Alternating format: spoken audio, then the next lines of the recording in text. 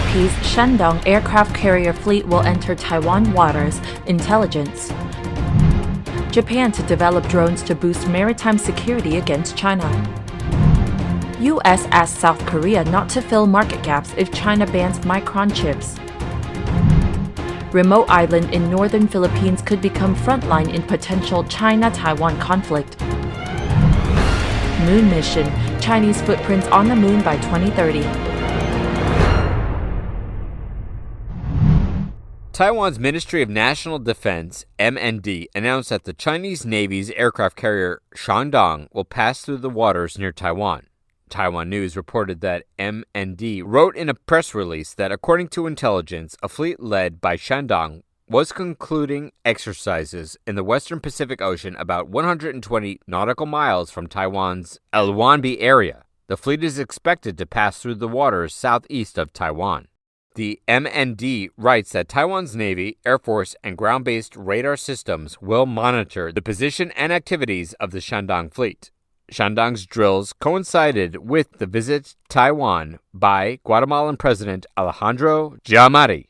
The Chinese Communist regime constantly sends ships and aircraft to conduct activities to harass Taiwan. They also regularly hold drills with exercises aimed at attacking Taiwan. Taiwan News reported that the MND tracked 13 Chinese military aircraft and 3 naval vessels operating around Taiwan from 6 a.m. on April 23rd to 6 a.m. on Monday, April 24th. One of the Chinese aircraft detected flew into the southeast of Taiwan's Air Defense Identification Zone, ADIZ. This month also saw the rapid diplomatic activities of the Taiwanese government. Earlier this month, President Tsai Ing-wen visited South American allies, and she stopped in the U.S. to meet the Speaker of the U.S. House of Representatives, Kevin McCarthy. The U.S. also sent a congressional delegation to Taiwan as an act of reciprocity and a warning to Beijing. Expected at the end of April, former U.S. National Security Advisor John Bolton will visit Taiwan.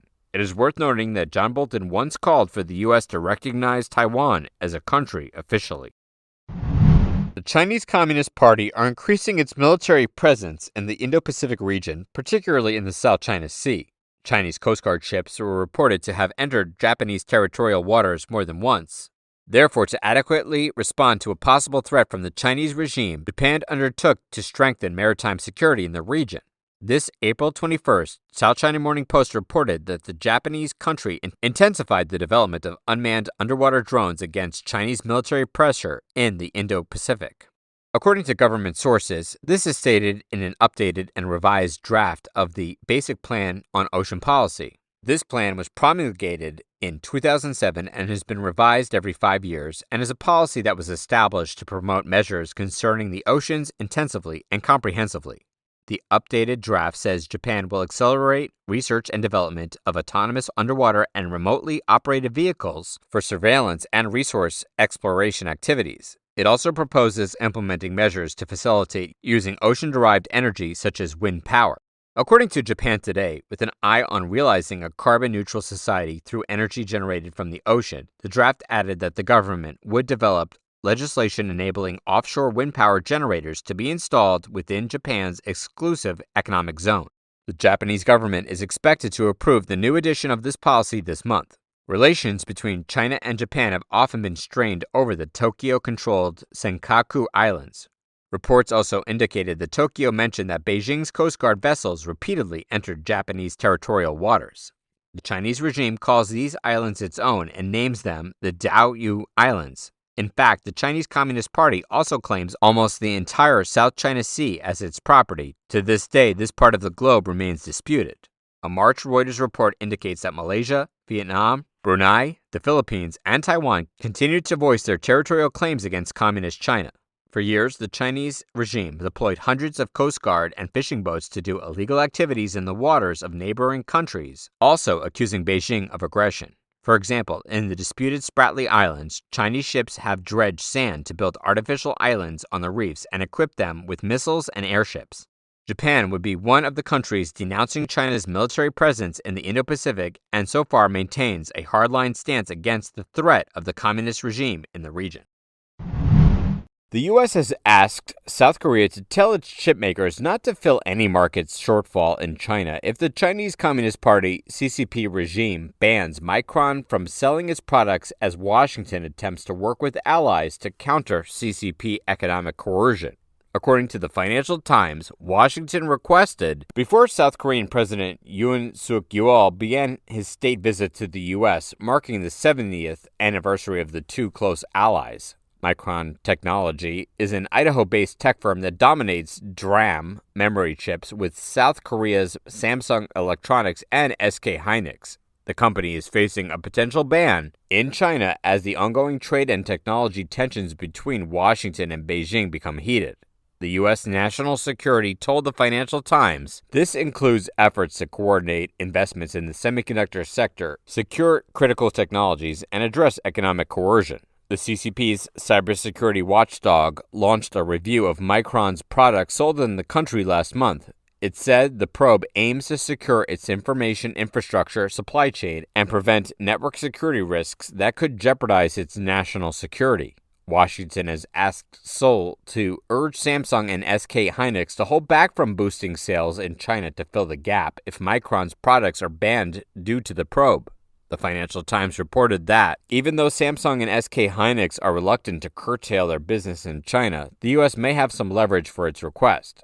When Washington unveiled sweeping chip restrictions on China last October, it gave South Korean chipmakers operating in China exemptions, allowing them to export from the country. Those exemptions must be renewed later this year. Last year, the U.S. imposed sweeping restrictions on chip-making technology exports to China to counter the Chinese regime's chip ambition. But Washington needs its allies to join the curb for this sanction to be effective. The U.S. has urged Japan and the Netherlands to join its export control curbs to strengthen and protect advanced chip technology. Both countries are working on restrictions of their own. The stagnant waters north of the Philippines could become the front line in the conflict in Taiwan. The Financial Times reported that on April 23rd, 4 Osprey tilt-rotor helicopters roared over a verdant mountainside in Bataan, a remote island in the northern Philippines. Locals say they have recognized the arrival of military aircraft and the global power rivalry that has reached their quiet and desolate Pacific coast.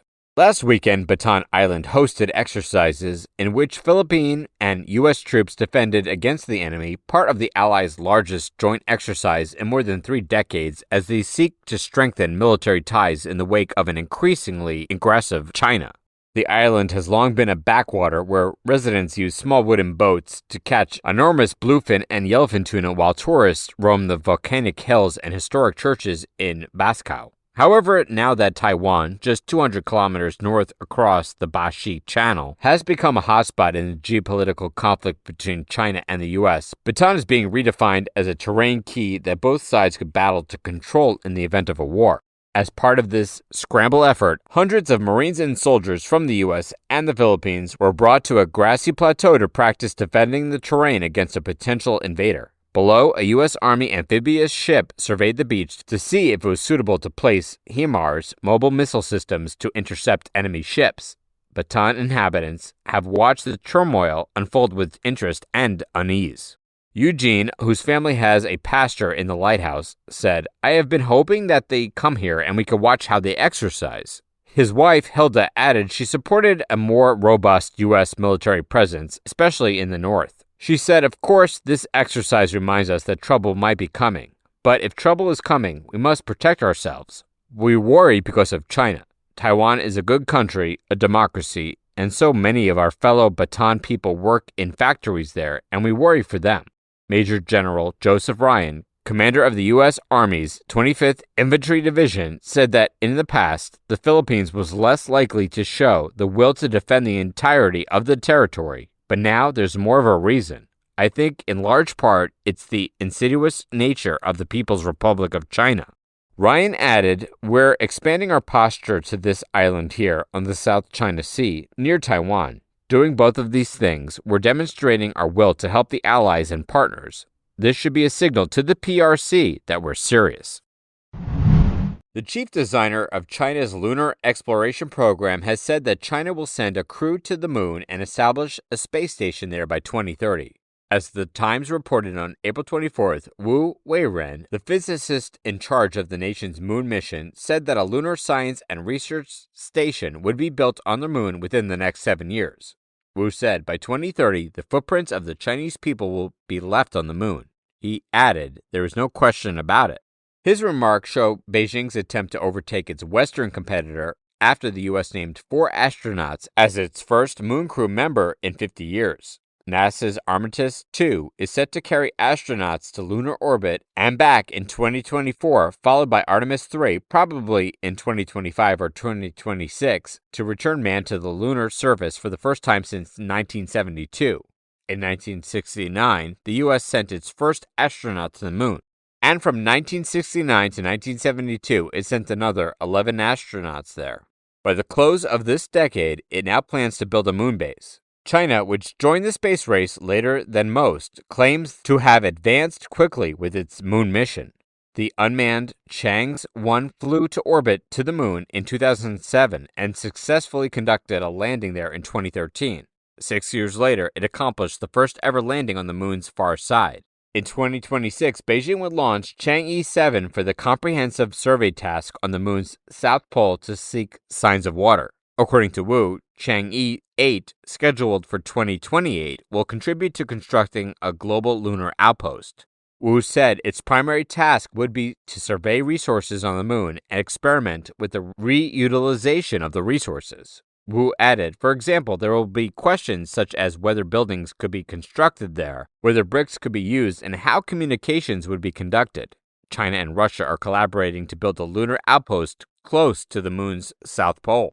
The two are excluded from the U.S.-led alliance, which includes the space agencies of Japan, Canada, and Europe working on the moon mission.